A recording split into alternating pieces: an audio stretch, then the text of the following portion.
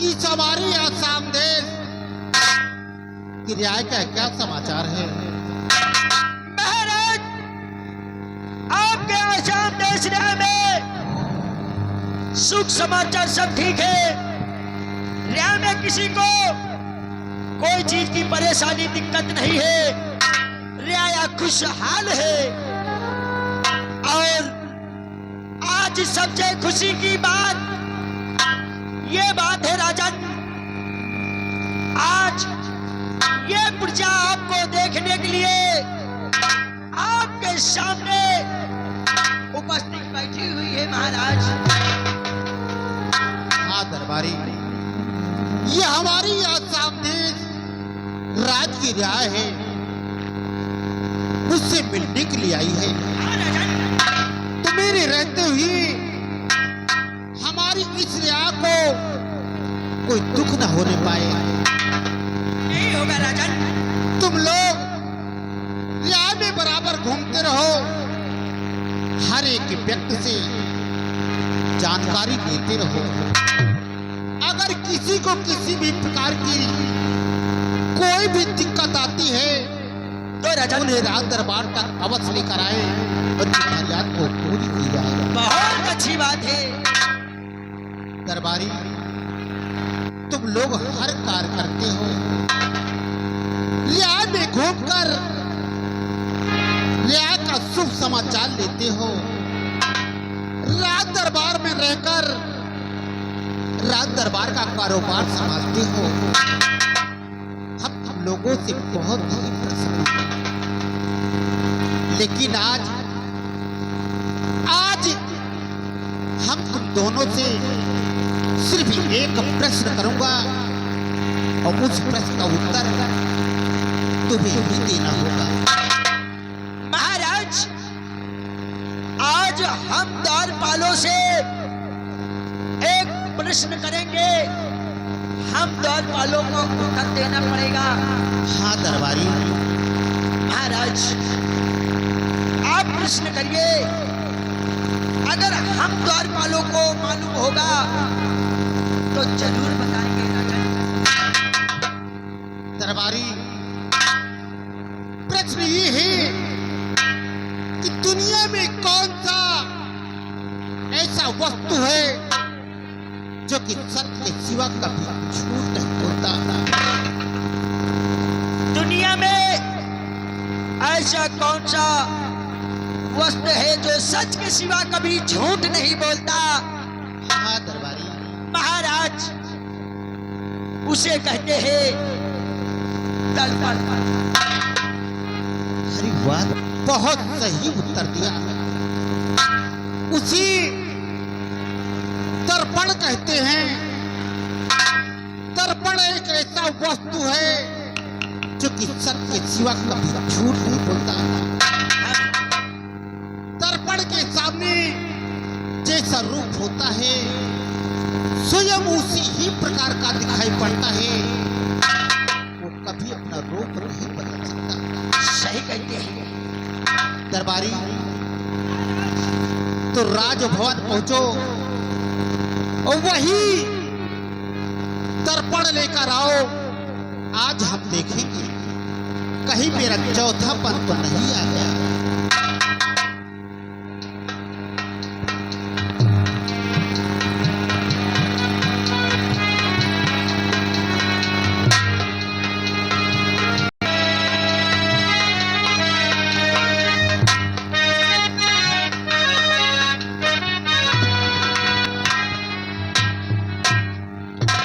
दरबारी। महाराज, ये दरबार है, ये कभी झूठ नहीं बोलता। इसके सामने लुक हुआ दरबारी। क्या मालूम हो रहा? परंपरा है कि जिस राजा का उत्तराधिकारी बनाकर भगवान की भजन की नहीं जाती है तो शीघ्र ही जाओ राजभवन और मेरी बेटी भारत से बोलो तो दरबार में आपके पिता श्री ने शीघ्र ही बुलाए हैं। और हाँ, साथ ये दर्पण लेकर जाओ, उसी स्थान तक सुरक्षित से पहुंचा देना।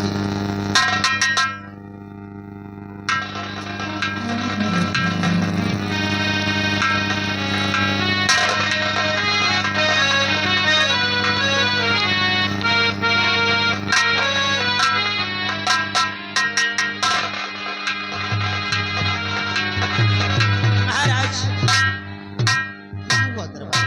आपके बेटे आ रहे हैं।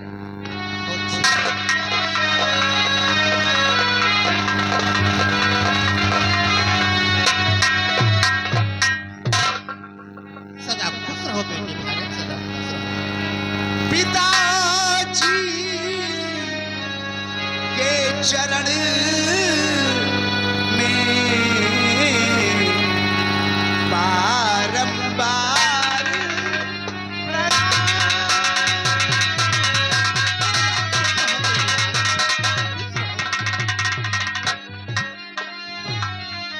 पिताजी के चरण में बारंबार प्रणाम। बुलवाए बुलवाए इस वास्ते कौन सा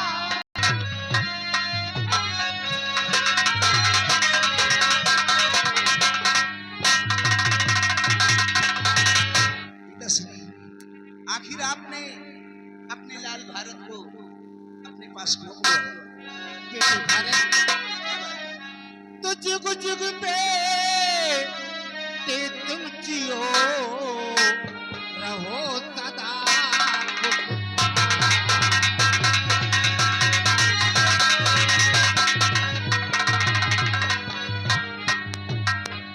जुग जुग बेटे तुम जियो रहो सदा खुशहाल, रखना बेटे तुम मेरे पाँच बचन की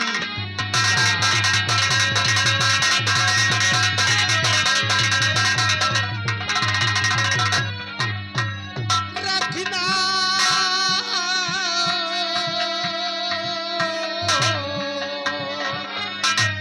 बेटे भारत, सिर्फ मेरे 5 वचनों की लाज रखना बेटे। अरे रखना बेटे तुम मेरे 5 वचन की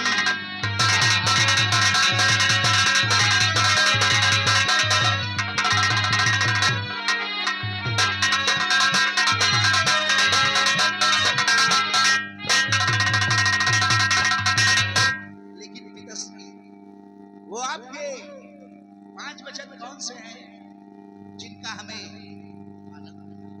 बेटे भारत, वो 5 वचन हम तुम्हें अब बता देंगे।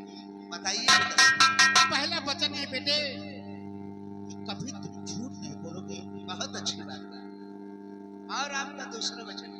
दूसरा वचन ये बेटे कि घोर कष्ट सह लेना लेकिन कभी चोरी नहीं करना। बहुत अच्छी बात है पिताश्री, हम कभी भी चोरी नहीं करेंगे। और आपका तीसरा वचन? तीसरा वचन ये बेटे, जो ये अपनी रियाया है इन्हें कभी कोई दुख न होने पाए। बहुत अच्छी बात है। हमारी तरफ से हमारी रियाया को कभी दुख नहीं होने वाला। और आपका चौथा वचन? चौथा वचन ये बेटे, जो इस अपने आसाम दे रहा है और इस रिया में माँ बहन बेटियां जो है, माँ को माँ समझना, बहन को बहन समझना, बेटी को बेटी समझना। बहुत अच्छी बात है पिताश्री, हम ऐसा ही करेंगे।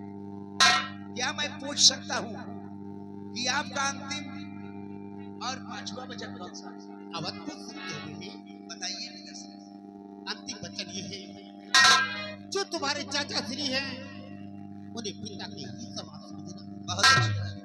और जो तुम्हारी चाची माँ है उन्हें माँ के ही समान समझना बेटे। जी पिताश्री।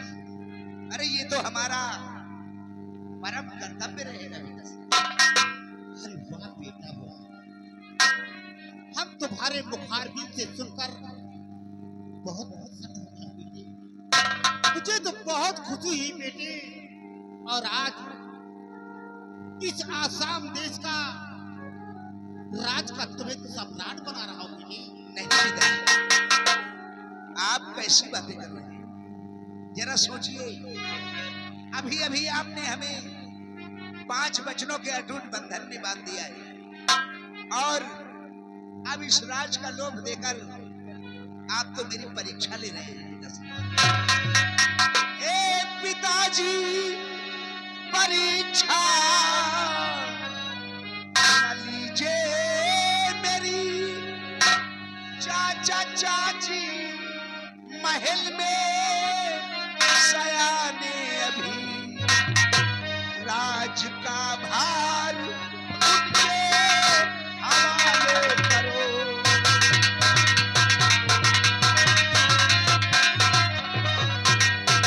राज का भार उनके हवाले करो। है वचन 5 हमको निभाने।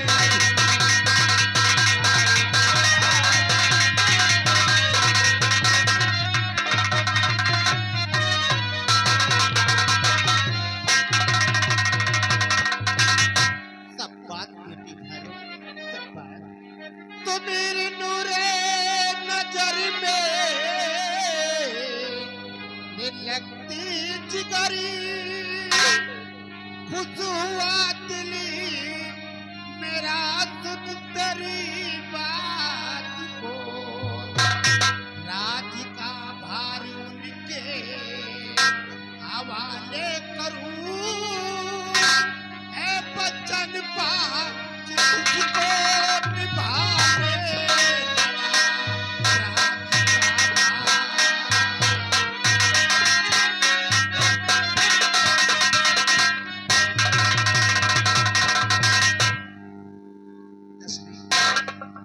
यही तो हम भी चाहते हैं।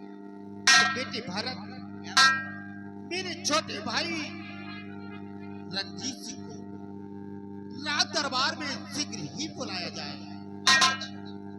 दरबारी जाओ, हमारे चाचा और चाची को अति शीघ्र राजमहल बुलाओ। जय श्री राम।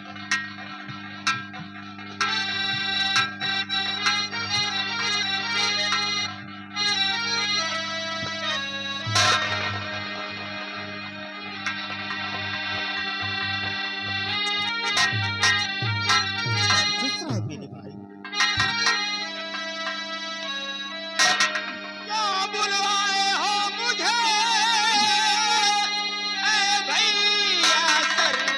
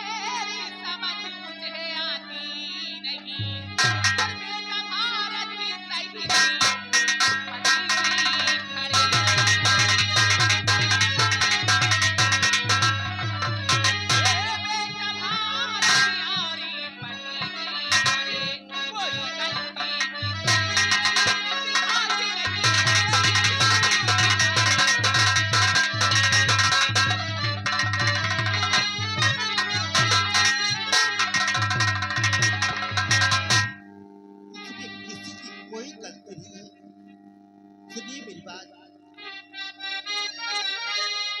चौथा पन अब आ गया, पाकने लगे।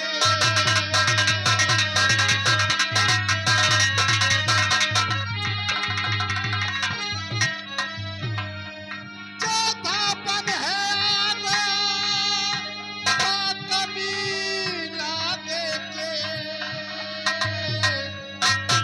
और राम भजने, राम भजनी के वास्ते जीवनी बिताऊं।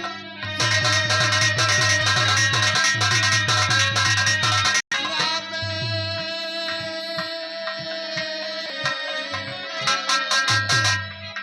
हरे राम भजने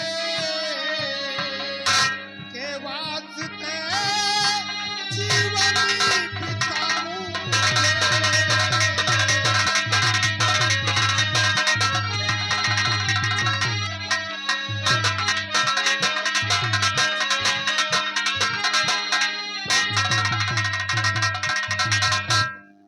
तो आपके कहने का मतलब है भैया कि आपका चौथा पाना गया है, इसलिए आपने इस राज सिंहासन को छोड़कर भगवान के भजन करने के लिए बियाबान निकल जाएंगे भैया। हाँ रणजीत, लेकिन मैं तो कहता हूँ बड़े भैया, अगर आपको भगवान के भजन ही करना है तो बियाबान जंगल में जाने की क्या जरूरत है। इसी राज दरबार के बगल में आपके लिए एक आलीशान मंदिर बनवा दी जाएगी और उसी मंदिर में बैठकर आप भगवान की भजन करेंगे भैया। नहीं मेरे भाई, ऐसा नहीं हो सकता। अगर शायद ऐसा हुआ होता तो आज एक नहीं, राज दरबार से लेकर राजभवन तक आज सिर्फ मंत्री ही दिखाई पड़ते। तो मेरे लिए क्या आदेश है बड़े भैया? छोटे भाई रणजीत जी, आज इस आसाम देश के राज का तुम्हें सम्राट बना रहा हूं। दरबारियों, ये मेरे शाही वस्त्र उतार कर मेरे छोटे भाई रणजीत सिंह को बिठाया जाए।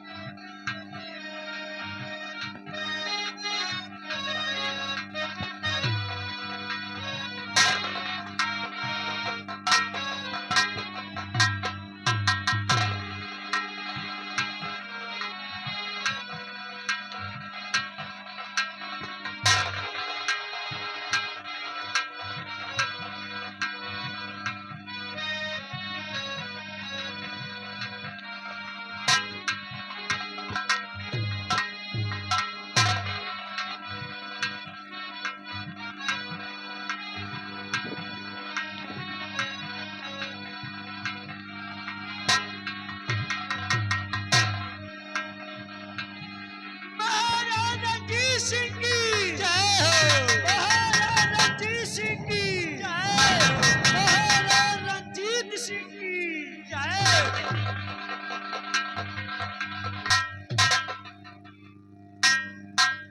छोटे भाई रणजीत जी, बड़े भैया, ये बड़े आसाम देश राज के राज हैं।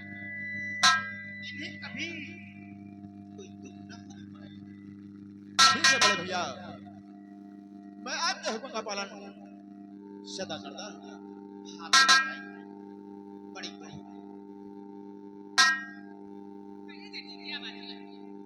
बेटी भारत बहुत अच्छी, किसी प्रकार का कोई दुख न होने पाए। इन्हें अपना ही बच्चा समझकर इन्हें प्यार देना। जी जी जी, इन्हें कभी कोई कष्ट नहीं होगा। अपनी बहू जानते हैं, हमारे रहते ही छोटी बहू चाची की आज्ञा का पालन करना, चाची के बताए हुए हर कार्य करना, और हाँ, ये तुम्हारी गोदी बच्चा है, इसे अपने ही जान से अधिक समझना, क्योंकि तुम जानते हो कि अपने राज्य की परंपरा है, एक दिन इस ताजो तक कवारी से बेटी बालक मेरी बात समझना, चाची और चाचा के आज्ञा का पालन करना, उनकी कहने के अनुसार तुम कार्य करना, और हाँ, ये देखते हो बेटा, ये ताकत है, इसमें भोलेनाथ की तस्वीर छपी हुई बेटे। एक दिन की बात थी, ये लाकिन मुझे भोलेनाथ के दरबार में लेना था, तभी अगर मैंने तुम्हारे गले में डाल दिया, उसी दिन से भोलेनाथ तुम्हारी रक्षा करने के लिए आना। लेकिन हाँ, भोलेनाथ को कभी भूल नहीं जाना, भोलेनाथ के दरबार में प्रतिदिन जाना बेटे, उनकी चौखट में माथे टेकते रहना, तुम्हारी रक्षा करते रहना। हे मेरे राज के वासियों, आज से तुम्हारे महाराज हमारे छोटे भाई नहीं। अगर रंजीत से कोई छोटी मोटी भूल हो जाए, इन्हें अपना राजा समझकर माफ कर देना। हे राधानी, अंतिम विराम देना। अरे तुम्हें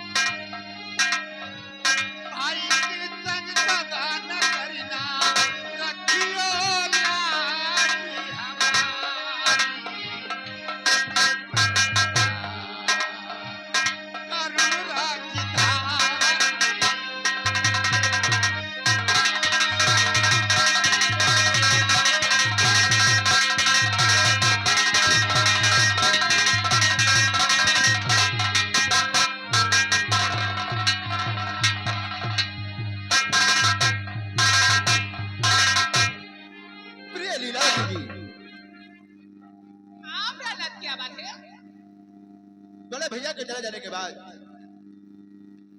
बेटा भारत और बहू लक्ष्मी दोनों कितना उदास हो गए हैं। इन बच्चों को ले जाओ और समझाओ, और आज तुम इन्हें अपने हाथों से निवाला खिलाओगी। समझाओ इन्हें। बेटा भारत और बहू लक्ष्मी, मेरे बच्चों जेडी चले गए तो आप लोग बहुत उदास हो गए।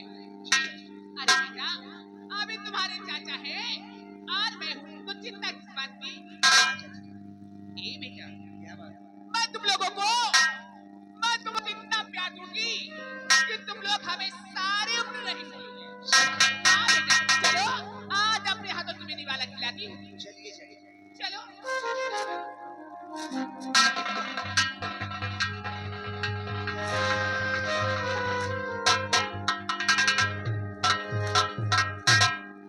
कल कहिए राजन।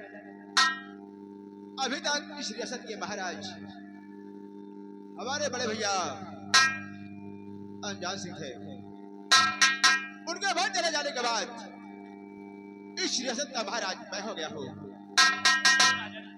जैसे कि हमारे बड़े भैया के कार्यकाल में किसी प्राणी को कोई कष्ट नहीं हो रहा था, ठीक उसी प्रकार मेरे भी राज में किसी प्राणी को कोई कष्ट नहीं होना चाहिए।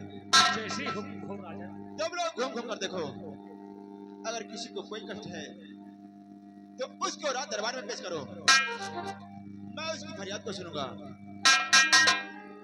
आज का रात दरबार यहीं पर समाप्त किया जाता है। जय श्री राजन।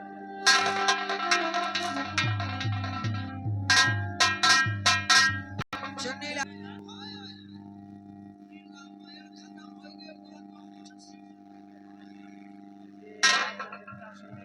अरे यार चुन्नीलाल, राज हमने सुना क्या सुना?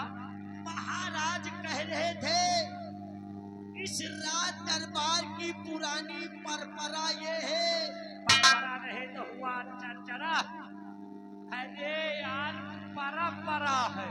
हाँ, इस राज दरबार की पुरानी परंपरा ये है, किसी महाराज का चौथा बना जाता है हाँ तो चले जाते हैं बियान जंगल। यार नहीं तो हुआ गरमान जंगल। अरे यार बियाबान जंगल। चले जाते हैं बियाबान जंगल। साफ साफ ये नहीं कहते क्या नहीं कहते? हम बूढ़े हो जाते हैं, काम धाम सब करता नहीं तो अब जाइए जंगल में फौरा बनाइए, फौरा बना के क्या बनाइए, हाँ आगे तक नहीं रहा। चाय पीजिए, कमंडल इसी से कहते हैं। क्या कहते हैं? लोग काशी जाते, मथुरा जाते, वृंदावन जाते, अयोध्या जाते हैं। हाँ लोग बहुत दूर दूर जाते धाम करने। हाँ हम कहते हैं काकर पाथर मुझे कुछ नहीं मिलता। कहा तो काकर पोतर मुझे कुछ नहीं मिलता। यार जो कहीं अयोध्या जा रहे तो कहीं हम जन्मभूमि नहा जा रहे तो कहीं विसर्जन जाए। सब बेकार है, सब बेकार। सब बेकार है। वो कैसे बेकार है यार? अरे हम तो मानते हैं, हम नहीं सम्मानत ही यार। सब अब का है?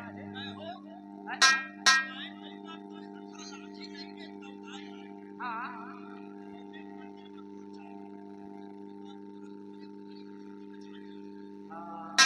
मुल्ला।